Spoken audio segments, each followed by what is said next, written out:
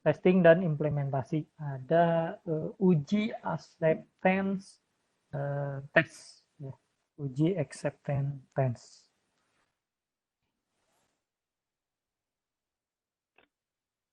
Oke, kita lihat. Tujuannya dari sistem acceptance test ini adalah untuk menguji apakah sistem sudah sesuai dengan apa yang diharapkan, apa fungsionalnya, dan lain-lain.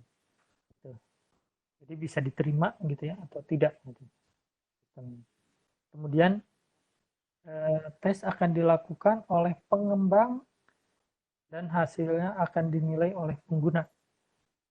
Nah, sebaiknya walaupun tes dilakukan oleh pengembang harus ada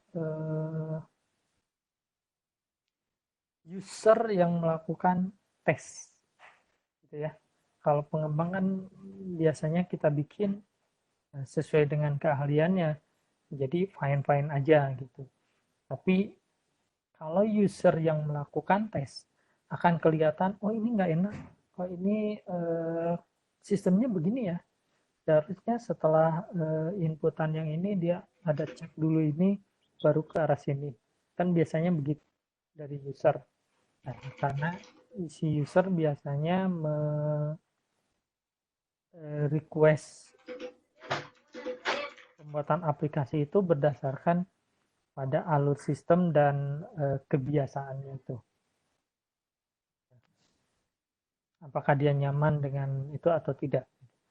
Ada sistem yang sudah bagus tapi ternyata tidak nyaman buat si user.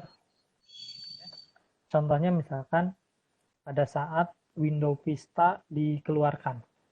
Ya, ternyata Windows Vista ini saking secure-nya ya dari yang digembar-gemborkan oleh Microsoft, pengen secure gitu, tapi jadi banyak dialog box, apakah ini akan di apa namanya oke atau tidak begitu ya. Jadi buat user itu kok jadi banyak dialog seperti ini, ya atau tidak begitu ya. Dan ya, berbagai contoh kasus lainnya itu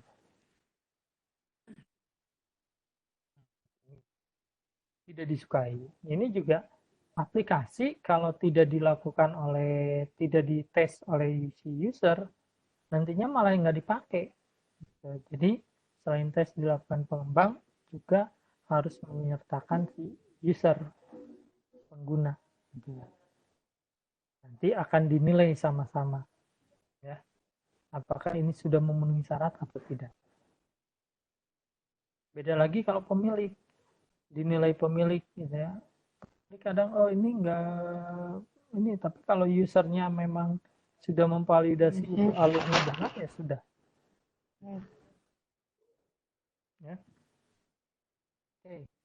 Kemudian sistem acceptance ini ada tahap sebelum pengiriman dan setelah instalasi. Sebelum pengiriman, setelah instalasi. Berarti pengiriman ini pada saat si aplikasi belum benar-benar jadi diinstalasi. Masih dalam tahap pengembangan gitu ya. Nah, terus sistemnya melibatkan hardware, software aplikasi, environment, terus tempatnya dan ya, melibatkan semua aspek sistem, hardware, software, environment, orangnya, tempatnya, gitu ya. Operator ini orangnya, usernya, gitu ya. Environment software misalkan kalau kita install atau merancang server kan harus ditempatkan di tempat yang benar-benar sejuk gitu ya, dingin supaya tidak menghindari ya untuk menghindari panas yang berlebihan. Tempatnya juga harus di yang representatif ya kan gitu. Eh, dari tes dokumen ada tes filosofi, ada tes perencanaan, ada spesifikasi, ada log, summary, commissioning report, dan certificate of acceptance. Filosofi, kita lihat visi dan misinya dari perusahaan gitu ya. Terus master plan-nya, lihat dokumentasinya apakah sudah sesuai atau tidak. Terus spesifikasi aplikasi dan hardware, kemudian lognya dan lain-lain.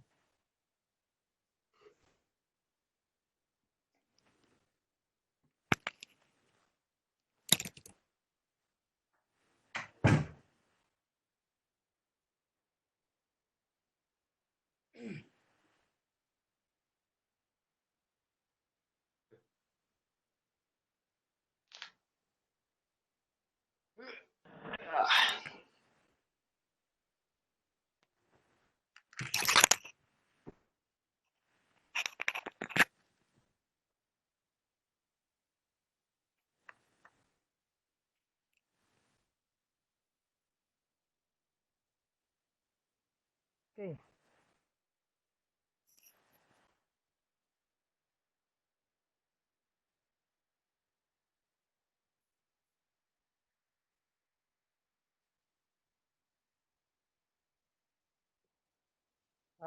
Di tes filosofi,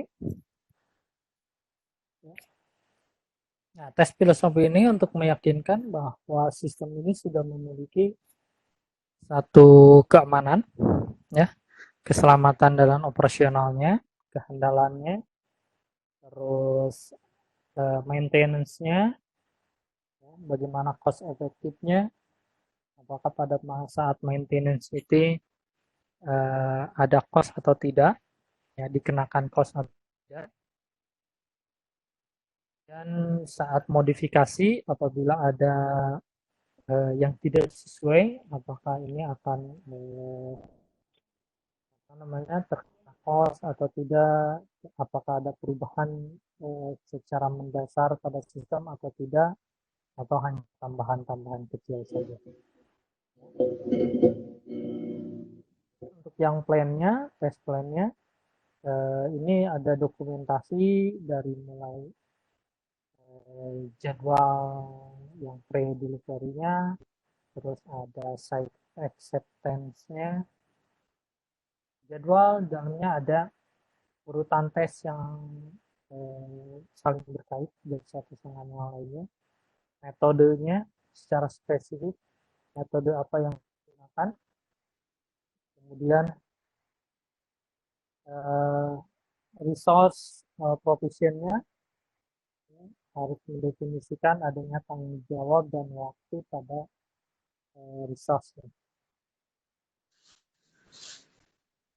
Si A ke bagian apa, si B ke bagian apa, itu harus jelas berapa lama pengerjaannya, itu harus jelas sesuai dengan perencanaan. Kalau 5 hari, berarti 5 hari harus sudah selesai fiturnya itu. Nanti masuk lagi ke fitur-fitur yang lainnya. Oke, kemudian secara prosedur umum pengujian, ada spesifikasi dan lain-lain. Ada kalau supervisi, ya, konfirm terhadap prosedur pengetesan, kemudian jadwal dan lokasinya, kapan, apakah di tempat user atau di lokasi implementasi. Terus ada perubahan perencanaan. Nah, biasanya untuk jadwal dan lokasi ini serta tempat itu di perangkat pengembang dulu biasanya. Nah, kalau diterapkan di yang sudah berjalan, itu akan beresiko terhentinya pekerjaan, ya. Karena tidak banyak perusahaan yang mempunyai backup system. Ini backup system. Pada saat si aplikasi jadi, terus mau diaplikasikan, harusnya diimplementasikan di backup systemnya dulu. Kalau misalkan build-out system setelah diimplementasikan berjalan dengan baik, baru diterapkan ke eh, sistem yang tengah berjalan gitu. Nah, jangan sampai aplikasi yang belum jadi 100% dia diupdate ke sistem yang sedang berjalan dan akhirnya malah jadi kacau karena mungkin beberapa fitur yang belum lengkap gitu ya menjadi tidak ada.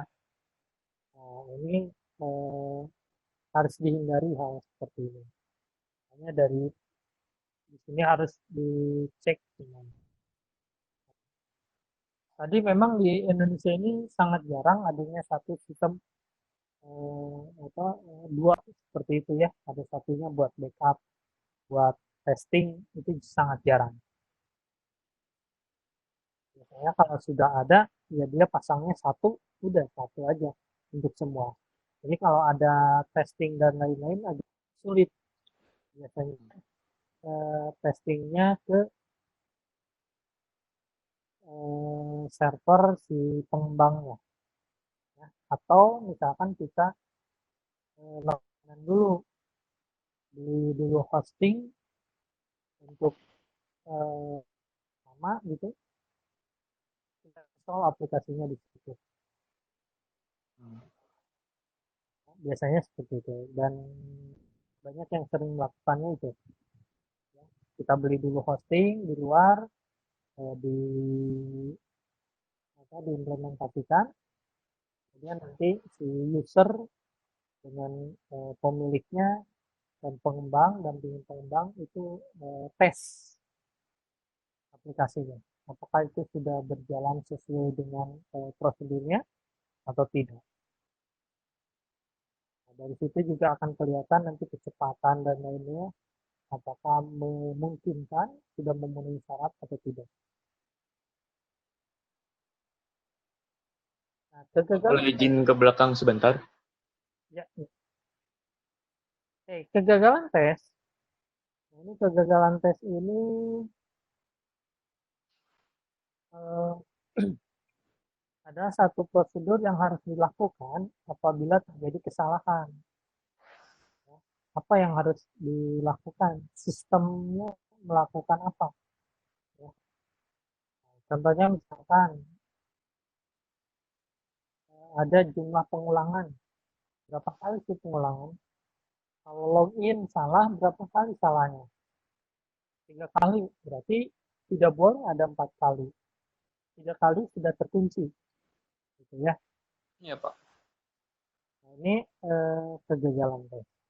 Atau tes yang lain. Kalau di ya di kasir, kalau dia ada input yang salah, dia biasanya manggil supervisornya ya, untuk menghapus apa namanya data yang salah itu. Oh iya ya. Ya, Suka biasanya, mindset ya, Pak. nah, dia Reset kan lagi. sering-sering manggil tuh, kemudian datang dia bawa kuncinya, masukin passwordnya, ada satu item itu dihapus gitu ya. Oh ya. Jadi sistemnya tidak menghapus secara langsung, tapi diberi tanda bahwa item itu dihapus gitu. Ya. Jadi tidak langsung hilang, cuma dikasih status itu dihapus, remove gitu ya, Ya, atau Pak. erase, ya, delete gitu. Itu hal-hal seperti itu. Kan itu dianggap dianggap suatu kegagalan kan. Kita harusnya inputnya 4, tapi dia inputnya 5. Misalkan. Itu kalau di ada barcode yang tidak terbaca, terus dia input manual. Ternyata ada satu kesalahan. Dia keburu enter, masuk kan. Nah, masuk terhitung jumlahnya berapa rupiah. Jadi di situ kita kasih tanda bahwa itu dihapus. Gitu. Oke. Kemudian hasil tes prosedur untuk mendokumentasi dan menimbulkan mereview. Nah ini hasil tes. Oke.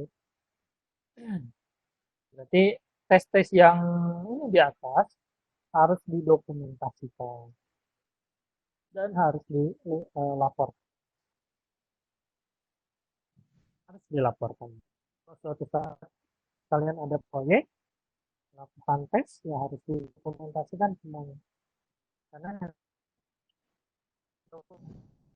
di hasil tes ini beserta kesimpulan dan reviewnya, terus tanda tangan si owner atau pengguna itu akan jadi masuk ke dalam laporan.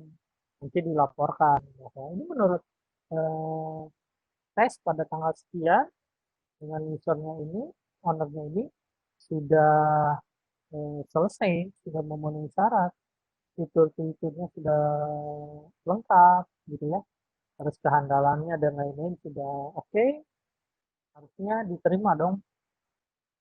Jangan sampai di belakang ternyata oh ini tidak sesuai, ini tidak sesuai, harusnya begini, harus begini.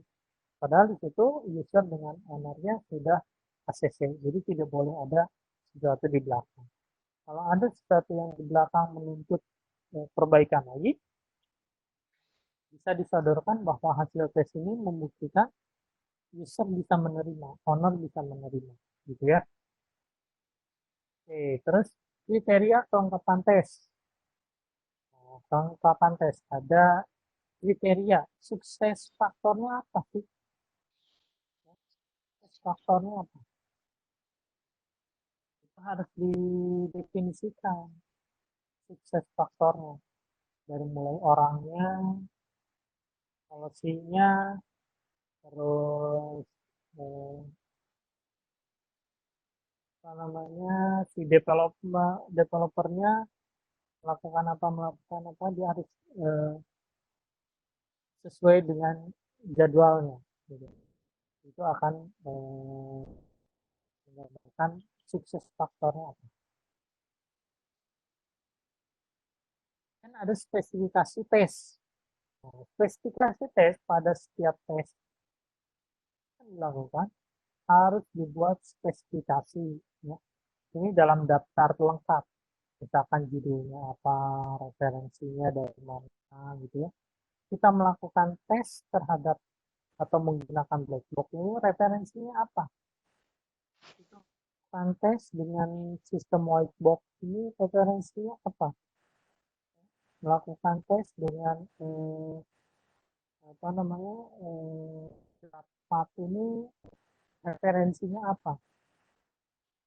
Kalau orang awam akan mengambil oh ini tes yang abal-abal, tes yang asal gitu ya, karena tidak paham. Nah, jadi kita harus tambahkan di situ referensinya dari mana. Referensinya apa? Tahapan dari referensi itu apa ya? Dan kita mengadopsi ke tahapan tujuannya, lokasinya, syarat pengujiannya, konfigurasinya, ini semua harus dituliskan secara lengkap, spesifikasinya didokumentasikan sebagai laporan. Nanti harus ditandatangani oleh user dan si ownernya. Usernya gitu ya, si ownernya.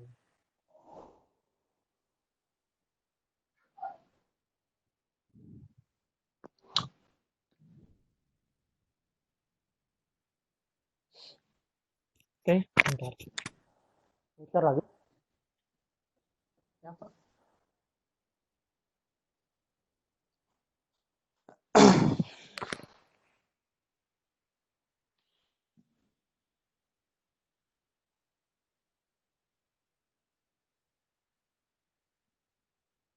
Oke.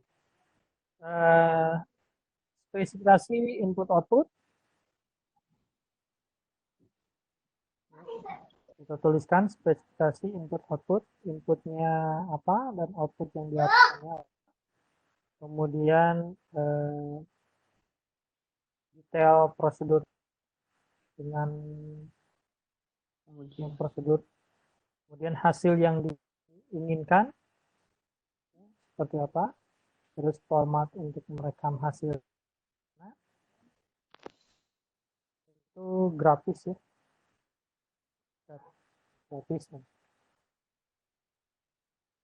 Kemudian format untuk merekamnya dalam bentuk apa, ya, harus ini spesifikasinya harus lebih detail.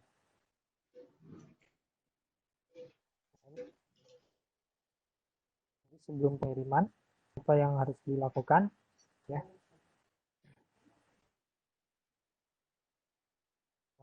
Nah, tes dilakukan melalui simulasi terhadap tempat yang akan diimplementasikan. Ya, hal penting yang dilakukan dalam pre-delivery test ini dari mulai syarat untuk memulai pengujian, ya, ada konfirmasi, dokumen, aplikasi, situs dan lain-lain. Terus hardware softwarenya, apakah sudah lengkap, sudah sesuai spesifikasi atau tidak. Ini tarik hardware testnya, ya kalau server itu dicek memorinya sudah sesuai dengan yang disyaratkan, terus hard disknya apakah sudah sesuai dengan yang diharapkan, berapa tera gitu ya. Nah, kalau koneksi internetnya harus dicek apakah sudah sesuai dengan yang disyaratkan, dan kemudian test plan-nya, dokumentasi test plan harus ada, dokumentasi secara keseluruhan. Jadi pada saat di deliver ke user, aplikasi kita sudah sesuai gitu ya. Jadi di sini sudah harus matang sampai pada saat delivery aplikasi malah ada sesuatu yang harus diperbaiki, jadi malah mentah lagi. Jadi segala sesuatunya harus didokumentasikan. Dari mulai rapat-rapat itu juga harus didokumentasikan, harus notulensikan sampai si A ngomongnya A, tapi ternyata si ownernya yang B pengennya B. Gitu. Padahal aplikasi yang kita kembangkan sudah sesuai dengan keinginan dan sudah ditandatangan oleh si A. Gitu. Ya. Prosedur, test log, diagnosis, fungsi testing, dan lain-lain. Ini ketiga, summary-nya, test failure-nya, terus jelasan pengiriman.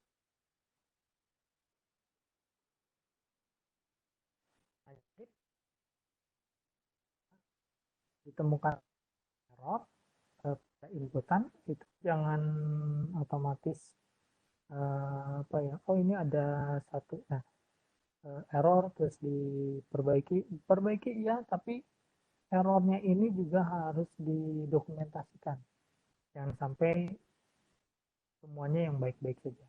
Itu menandakan bahwa oh ini ada satu tes input yang salah, keluar keterangan salah, tapi di situ sudah kita perbaiki.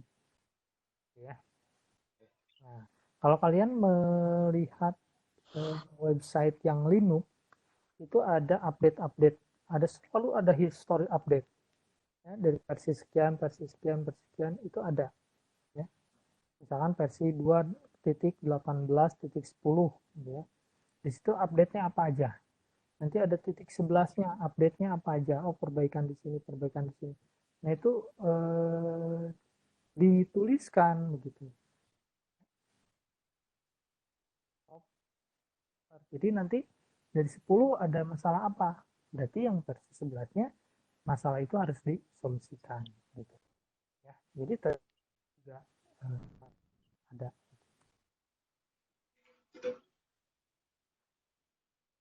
Biasanya sekarang untuk yang test failure ini jarang dilaporkan, jarang didokumentasikan. Jadi yang dilaporkan dan yang didokumentasikan cuma yang baik-baiknya saja. Bahwa ini aplikasinya sudah sesuai, selalu yang begitu.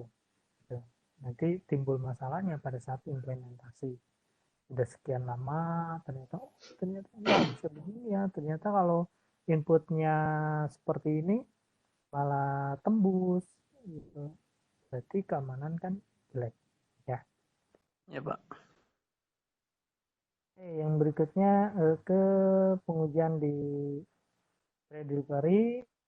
Kalau sudah dilakukan, sudah diterima, hal tambahan yang harus dilakukan adalah delivery check, tes hardware, modifikasi pre-delivery test. Nah, maksudnya yang ini pada saat delivery, kita install di sistemnya pengguna kan, kita install, kita cek hardware-nya secara keseluruhan, tes partisinya bagaimana, yang tera sekian tera itu partisinya bagaimana, kita tes satu-satu apakah sudah atau tidak. Kalau misalkan belum, berarti si developernya yang melakukan setting, ya, melakukan setting. Padahal kita requestnya misalkan di apa namanya, vendor perangkat kerasnya, tapi kita tes. Kalau itu belum, berarti kita harus lakukan pengecekan hardware-nya bagaimana, memori, hard disk, terus sistem-sistem yang lainnya, dicek barangkali ada error di drivernya. Jadi hardware software itu harus dilakukan. Dan ada jadwal pengujian di site, di tempat, sebelum benar-benar diketok palu untuk diimplementasikan, harus juga dilakukan pengujian, ya, pengujian. Setelah diinstal semuanya, pengujian. Input-input yang tadi sudah benar, semua fungsinya juga dites lagi.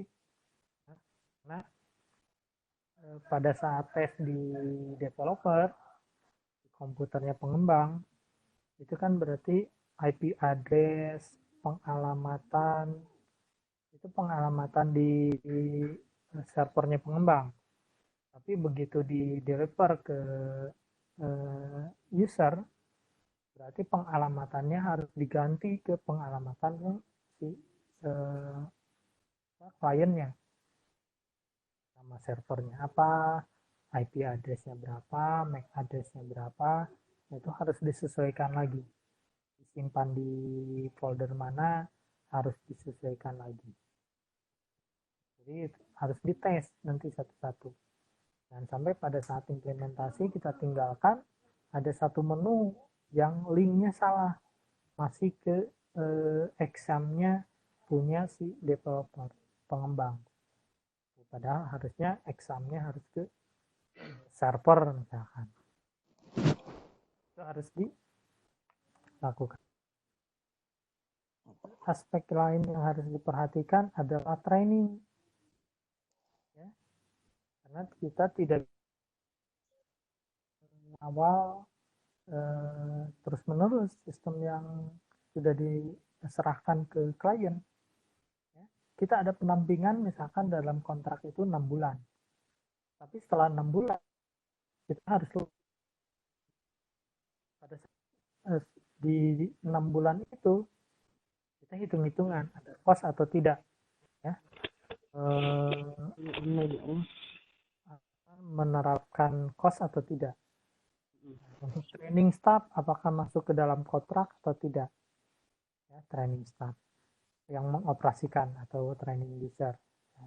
Terus training yang maintenance, apakah perlu dilakukan atau tidak, ada cost yang harus dikeluarkan atau tidak, apakah costnya, kalau tidak, misalkan tidak ada cost pada saat garansi, apakah cost itu sudah dimasukkan ke nilai kontrak atau tidak. Karena ada beberapa hal yang pertama dimasukkan ke nilai kontrak sehingga dianggap selama 6 bulan itu free, ya, free maintenance, free training karena sudah masuk ke kontrak nilainya. atau justru di luar. Jadi pada saat training dan maintenance ada biaya tambahan. Itu juga harus dihitung. Makanya kalau yang proyek-proyek aplikasi ini, pengembangan aplikasi, nilainya lumayan. Ya. Bahkan 1,2, 1,5, terus 700, 800, ya. Karena ada hal-hal seperti ini. Ada trainingnya, ya. Ada pendampingan selama 6 bulan. Itu juga harus dihitung. Jangan sampai tidak dihitung.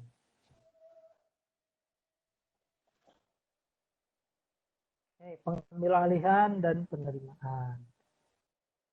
Setelah tadi tes yang lainnya, terus instalasi di server si klien ini sudah sesuai, maka silahkan oleh user, diambil alih oleh owner. Ya.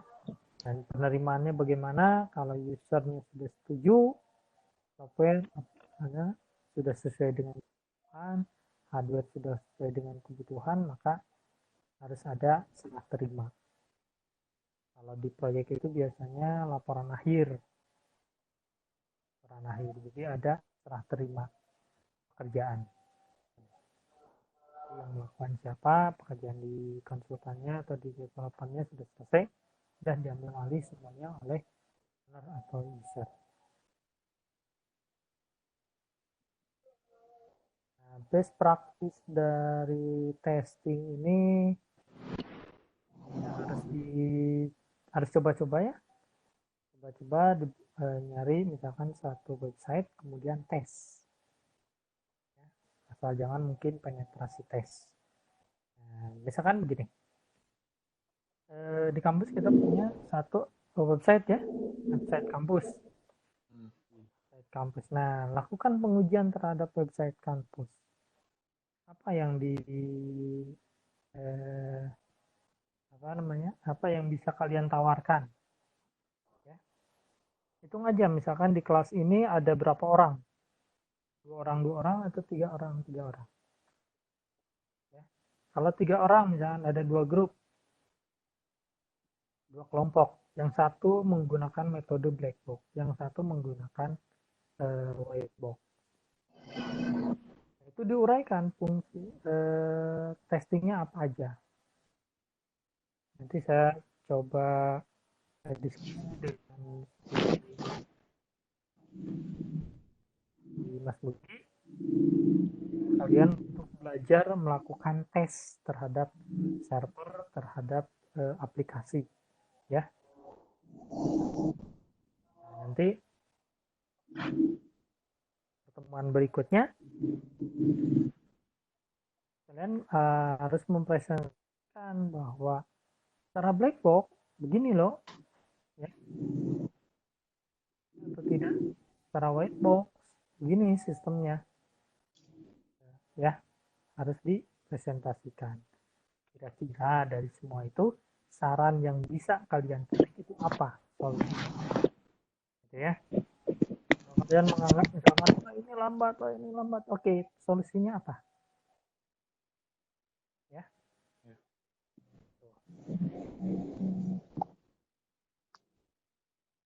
Jadi ini sebagai praktek lah, tugas praktek kalian.